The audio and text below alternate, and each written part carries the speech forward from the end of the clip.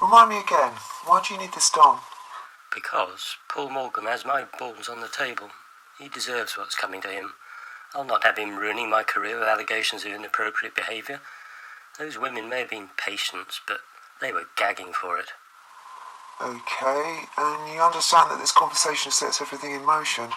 There's no going back. The sooner the better.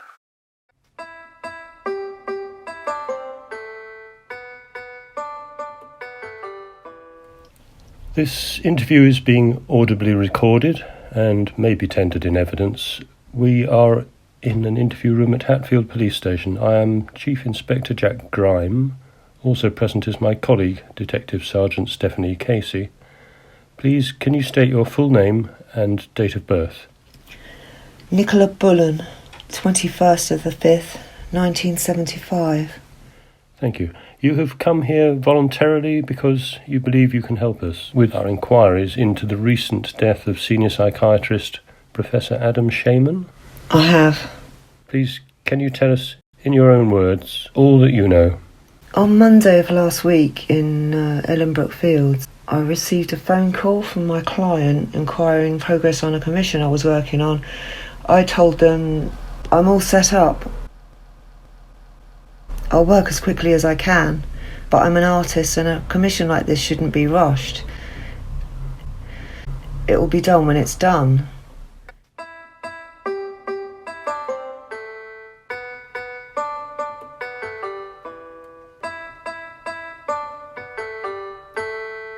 Professor Shaman arrived. He introduced himself? No need. He was wearing an NHS lanyard. He just said, "Isn't it a lovely day?" I hoped he'd go away.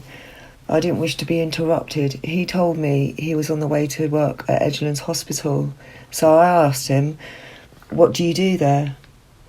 He told me he was an art therapist and asked to see my painting.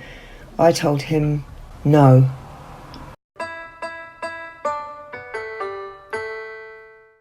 And he left?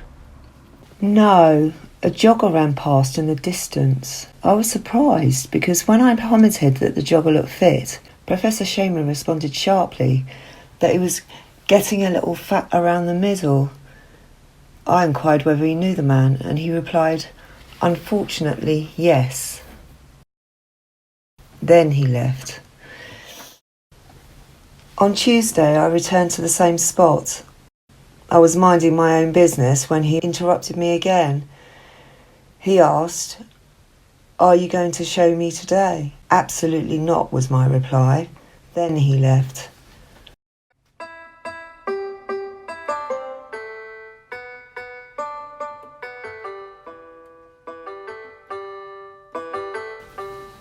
As I was leaving, I received a text message from my client asking, "Has it been done?"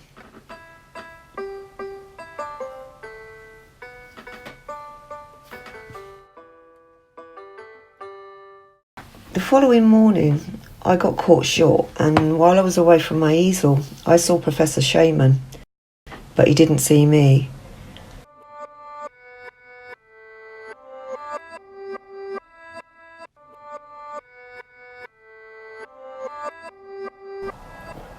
Then he left without noticing me.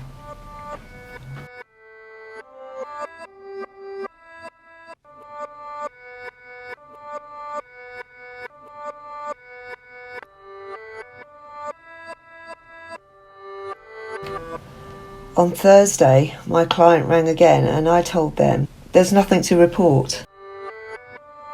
A few technical hitches. I forget my exact words. But I was cross about the constant badgering and ended the call. The more I thought about it, the more angry I became. I started to feel unwell. In what way, unwell? Probably just dehydration or too much sun. I sat down for a while to cool off.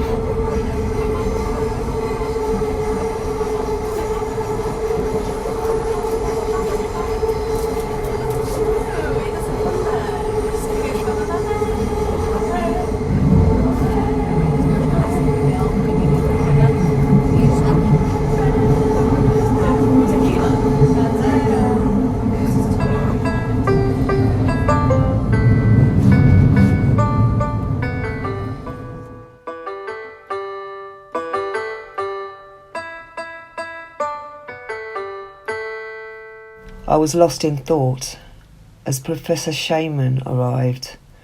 I couldn't believe that he'd brought a picnic with him, which he proceeded to lay out on the ground in front of me. As he was doing so, I caught a glimpse of his badge. It said senior psychiatrist, not art therapist.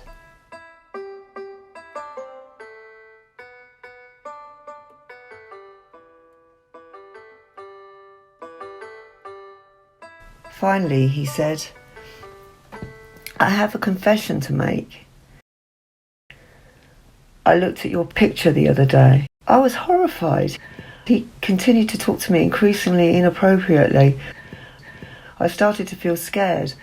I was alone in a field with a lyre and a large knife. He leant forward and touched me on the knee, and alarm bells rang. It was pure instinct. I went for the knife to defend myself.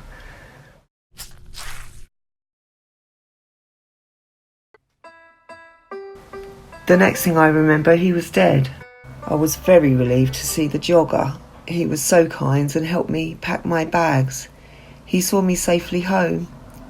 He said he would return to the scene and call you guys. I'm sorry, I need a toilet break.